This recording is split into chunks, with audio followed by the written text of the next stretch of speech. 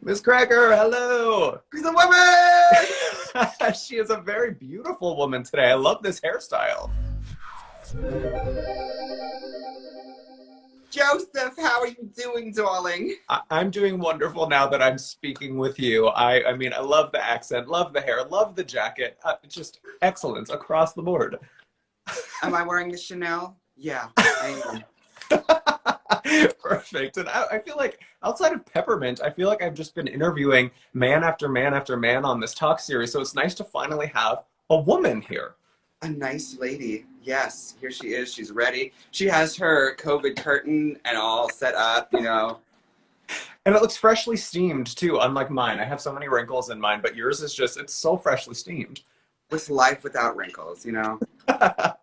Well, thank you so much for being here to discuss this amazing year that you've been having, which I know feels weird because 2020 has been such a chaotic period, but I feel like you've really made the most of a terrible predicament with all of these projects that you have. So I'm glad to see you doing so much.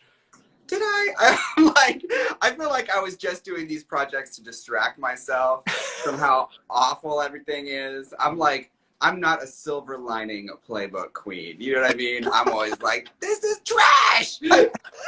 No, you've done a lot. I mean, a podcast, these singles that you just dropped. I mean, I'm really into all of this stuff. But before we get into the holiday eleganza, I want to take it back to spooky season for a second because there's something that I've wanted to get an update from you on for the longest time. Do you remember a few Halloweens ago, you did an interview with me where you told me about a demonic presence / ghost that haunted you and possessed your ex-friend? Yeah. Do you have an update on has this ghost followed you? No, it hasn't, but the story has. And I'm actually working on a undisclosed project that has to do with that article. So in a sense, I owe you 5% of everything I earn next year, which is... You shouldn't have told me that because now I'm going to hold you to that. I'm expecting a Oh, do it, girl. You're going to get a full $5 off of next year. I will tell you that much. No, but yeah. The story I was telling you about is I was living with a bunch of college roommates in a duplex, and we heard all these weird noises all the time, but we figured it was the people next door. However, then when the people next door moved out and it was empty, there were still all these strange noises at night. And we were essentially driven mad by the experience. I remember distinctly you saying there was like a face that appeared to you at night that looked like, I think you described it as velvety blackness in the darkness. Yes, that is right. That was very terrifying. And I since watched this show, this documentary called The Nightmare, and I've heard of many other people who have experienced it too, and they're wondering whether it's like sleep paralysis or a hallucination, or if it's really a demonic presence. Not unlike the demonic presence with you right now. Well, I guess we will find out more on this secret project that you were working on. I'm very excited to see that. And also haunting you, apparently, given the lyrics to your new anti-holiday single, I guess we could call it, is the happiest season of the year that has been haunting you this year. Nothing screams holiday cheer like lyrics where you're hoping people choke on matzo balls. So is that like a specific fantasy that you have kept repressed for a while? Oh, absolutely. There's nothing I hate more than loved ones. And it's like, I remember when I was before my last tour, I was with friends and family and just looking around at everybody and being like, get me the out of here. Like, I can't stand all this positivity. And so that served as like the inspiration for this song. And I think it will be an anthem for anybody that does not want to spend time with family, even if it is your nuclear family or what people keep telling me is called your chosen family. There's nothing harder than people you have connections with. That's why I prefer the presence of strangers. Mm-hmm. I mean, it is nice, I think, seeing somebody harness sort of the inner Grinch instead of like spouting the same innocent holiday sweetness that we see. Like, so do you think that 2020 being as chaotic and messy as it was made it like more okay to just be like, I'm just going to drop a song that just says, F the holidays? Oh, absolutely. All bets are off. There's nothing to lose anymore. So you can say exactly what you feel. Mm-hmm. Yes. And you say it all on this. What do you think is your favorite lyric in this song? Oh, My favorite phrase is grab a ruler. It's stuck in my head, and it's just like a weird exclamation in the middle of the song, but it just makes me laugh. Makes me think of my old grandmother, who literally used to sound exactly like that. She had that thick New York Jew accent, and she would always be like, Maxwell, this is your grandmother. I haven't heard from you all day today. Are you trying to kill me? Is this look inspired by somebody in your family? I mean, this is how my grandmother used to dress. Absolutely. She worked in fashion. She worked in the Chelsea garment district. And she always had a nice little pillbox hat and a little Chanel suit. Because what? Class. That's why. Class and psychosis. The perfect holiday blend. Love it. I know. They go together. Believe me. Any drag queen that is classy, she's a psycho. And I get the sense that, I mean, when I first listened to it, that maybe this isn't just being contrarian. Like, the lyrics are actually somewhat dark, I think, contrasted with the lightness of the sound. Like you say, no one that you love should ever make you feel this crappy. Like, so do the holidays, like, genuinely, seriously bother you, do you think, more than they do other people? No, I think that the holiday season definitely bothers me because I'm a pessimistic person. And all that optimism and light really drives me out of my fucking mind. However, of course, there are moments that I enjoy. I always have two thoughts about everything. And there's part of me that loves getting together with family. Those are my loved ones. Those are people that, you know, I would put my life down for, and all that. It's just that, like, there's that moment. I think everyone knows that moment where you, like, go to the bathroom when you don't have to use the bathroom. Right. And you're just like, exactly. And that's what this song is. Center yourself in the bathroom for 5 minutes, and then people are doing other things in there, and then you have to apologize for that, and it's like... Exactly. I hope you like Vaseline, because I used all yours. Well, you also have another single with the lovely Jujubee, 8 Days of You. And the first question that's on my mind with this is, how the hell were you able to keep Jujubee's focus on writing a song together? Because we all know, in the presence of a twink, Jujubee cannot keep her attention on anything serious. Well, luckily, I'm a fake twink. I'm like 36 years old, so I can keep her dead focused. Like, Jujubee has she puts less work and less focus into her drag than any other queen I have ever met. And yet she manages to come up with the most brilliant ideas. Like, I'll sit with my notebook all day long, writing lists and come up with one good idea. Juju wakes up just before the phone call, and she's like, well, I guess this, that, and that, and writes half of the song. And she's just like, she's just a genius. Mm-hmm. And so working with her was so easy. And yeah, you're right. She can focus for about the length of one phone call, and then that's it. I like the phrase "fink" too. I don't think I've ever heard that before. So you're welcome. Yeah. I think I'm getting to the age of being a fink. Like, I think I'm aging out of my twink years. You may be, Joseph, but I didn't want to tell you.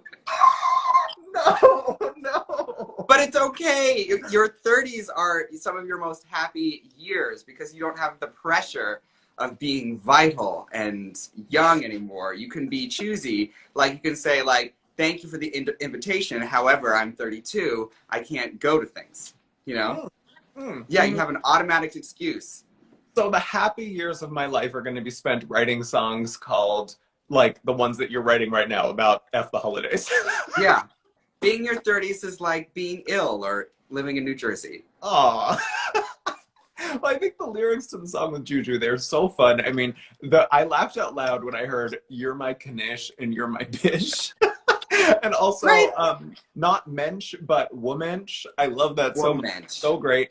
And it made me think that, like, I don't really know of any, like, Hanukkah holiday songs. Like, we have so many Christmas songs out there, and I'm just wondering, why, like, that hasn't taken off as much that we don't hear Hanukkah songs. Was this your way of attempting to change that? I mean, Detox has made the attempt as well. And I think that it's just like we're trying to build a library. You know, Rome wasn't built in a day. We're trying to build a library of Hanukkah music that is happy and is not like El Yivne Hagalil, El Yivne Hagalil. Like, I don't think that can be remixed into anything fierce. So, we could try. We could try. El Yivne Hagalil. You're right. Actually, she bumps. She bumps. Do I get 5% credit of that song too? You get 5% on that, girl. Come on. She knows about splits now. She may not be able to do them, but she can write them into a contract. No, I did also, I texted Jujubee last night to ask if she had any questions I should ask you that might get a good response, and she assured me that this next one would get a good response. And please keep in mind that I have no context for this whatsoever. I told her I would ask it blind. Jujubee says, I know that wanted a piece of my pork belly from Empanada Mama's that one time. Ask her if I'm right. Oh, absolutely. Because we went out to Empanada Mama's, and I am on a strict calorie counting diet. I'm trying to look shocking in 2021. So I had a cup of coffee and like a couple scoops of guacamole.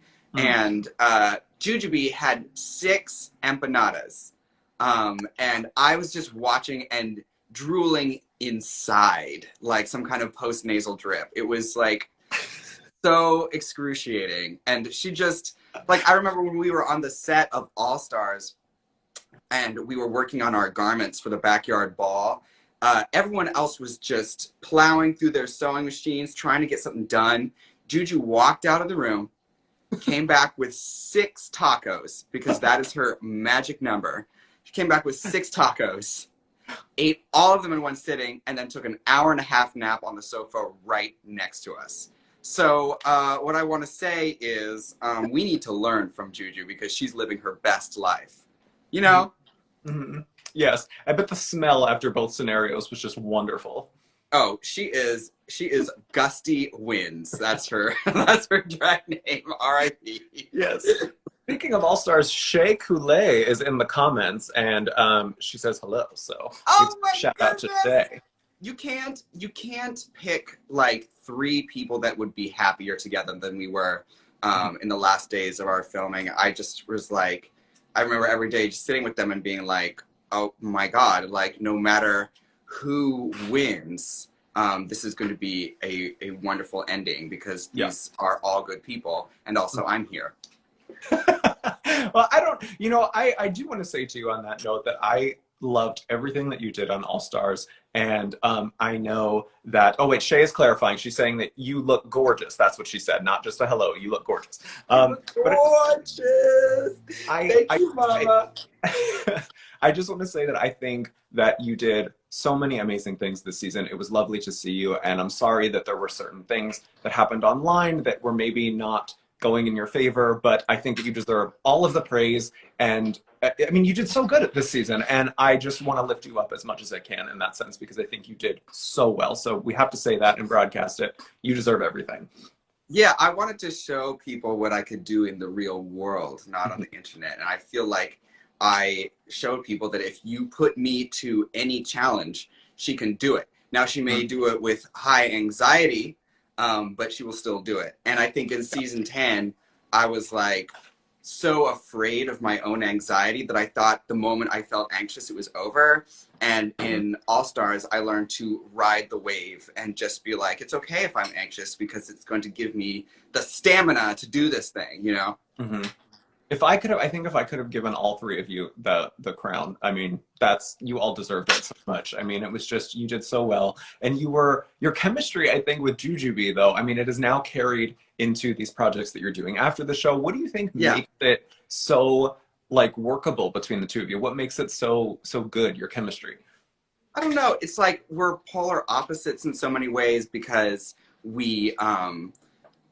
I am so pessimistic. I think that everything's going to turn out poorly, and she thinks that everything's going to turn out great. And so, like, I ground her, and she lifts me up, and, like, we have this nice little seesaw thing going. I think that's what makes it work. But also, we both love drag so much that I know if I invite her to do a project, I can depend on her to show up in drag, ready to go, and ready to be a woman all day long with no complaints. Like when we were doing the music video, that shoot went on for like 8 hours, and she's like the whole time, like ready, steady, go. Yeah, it was lovely to see. And are you getting Jujubee any more jewelry for Christmas this year? Because I know you gave her a ring earlier this year. I want to get her a little Jewish star. She deserves to be part of the family. You know, she's done Hanukkah music. Don't tell her.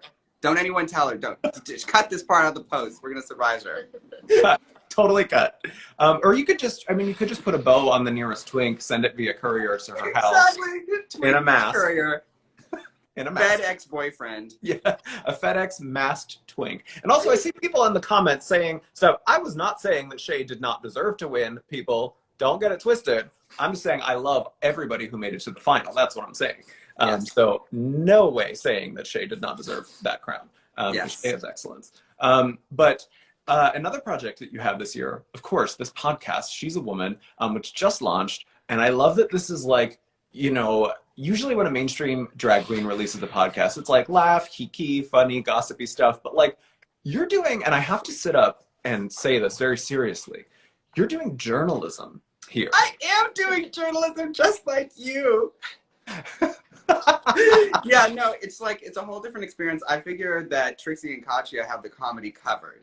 You know what I mean? So I'm like, I just decided that I wanted to step into some of the issues of today.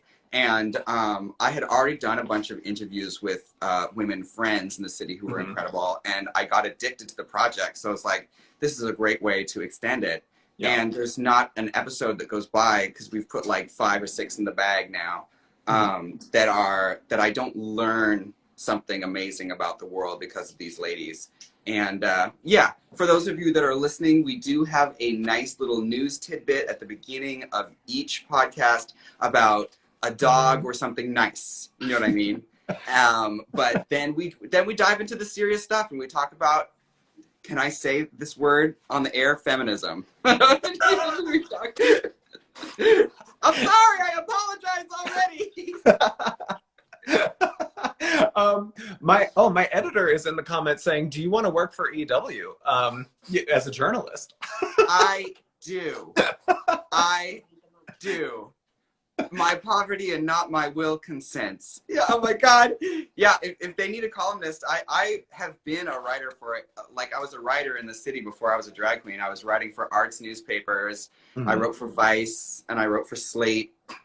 And I love the writing process, and any excuse I can get to it is wonderful. Yeah. Wonderful. Wonderful.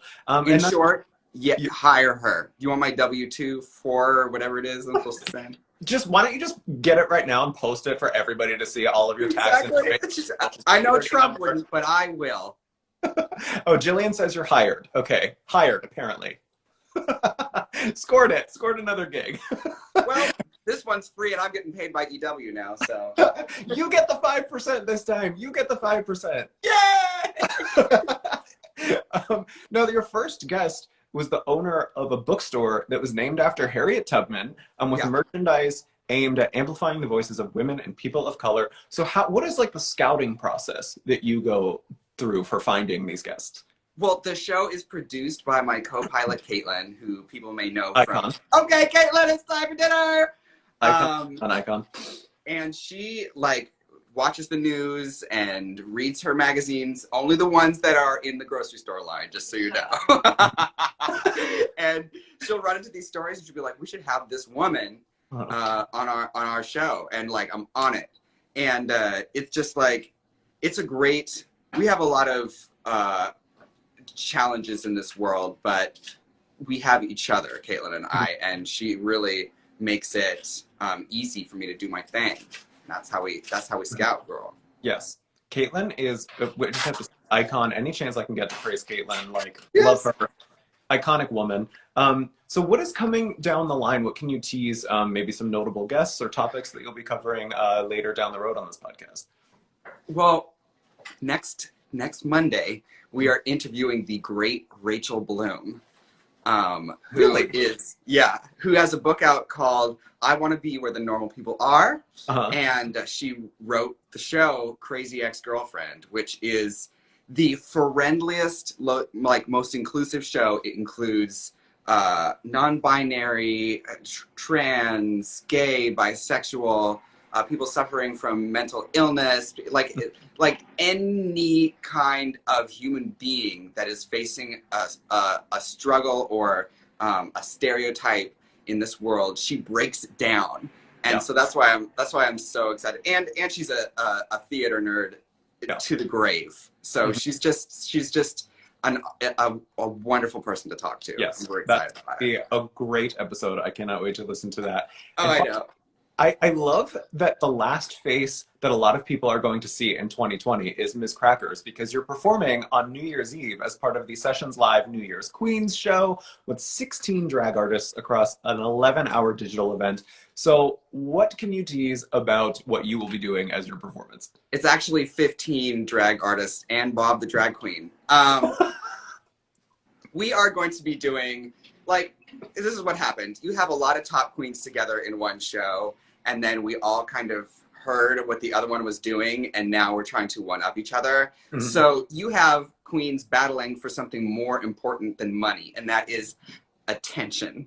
And all these girls are running to studios to film drag extravaganzas for your entertainment. Mm-hmm. And you can get meet and greets with the thing. You can hang out before the show with the queens. I know Pep and I will be on before the show even starts. So you can hang out with us, ask us questions like as close as you and I are now. And then there's even going to be meet and greets after the show. So we have pulled out all the stops. Mm-hmm. And we're taking off our flip-flops and putting on heels for the first time in a year to do this for all y'all.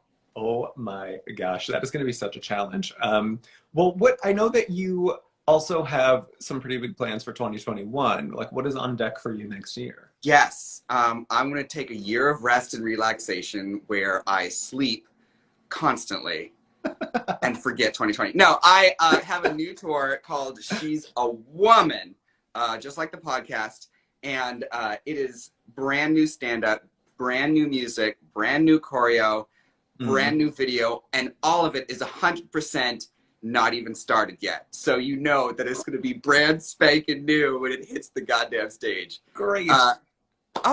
Priyanka is here saying she wants to tickle you. Hello, Priyanka. Congratulations. She wants to such an amazing job. Yeah, she really did. But I watched that finale and I was just blown away by her. So. She did amazing. She is lovely. And she also, would you like to respond to her offering to tickle you?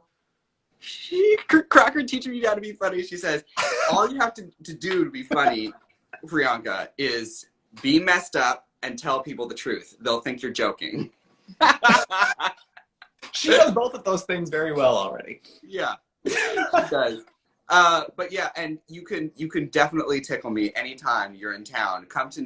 Message me, come to New York City, and you can come and tickle this pickle, this full body pickle.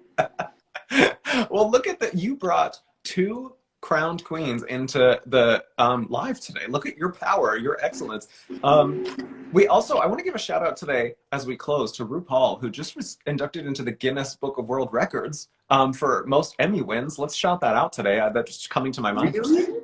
I knew that. Yes. That's amazing. Is that Caitlin laughing in the background? Yeah, that's Caitlin laughing in the background. Hi, Caitlin. Not Laganja is a stranger. Oh, Laganja's here too. Laganja is in the room. Oh, yes, Laganja is the crowned queen in my mind as well. Laganja, we love you too.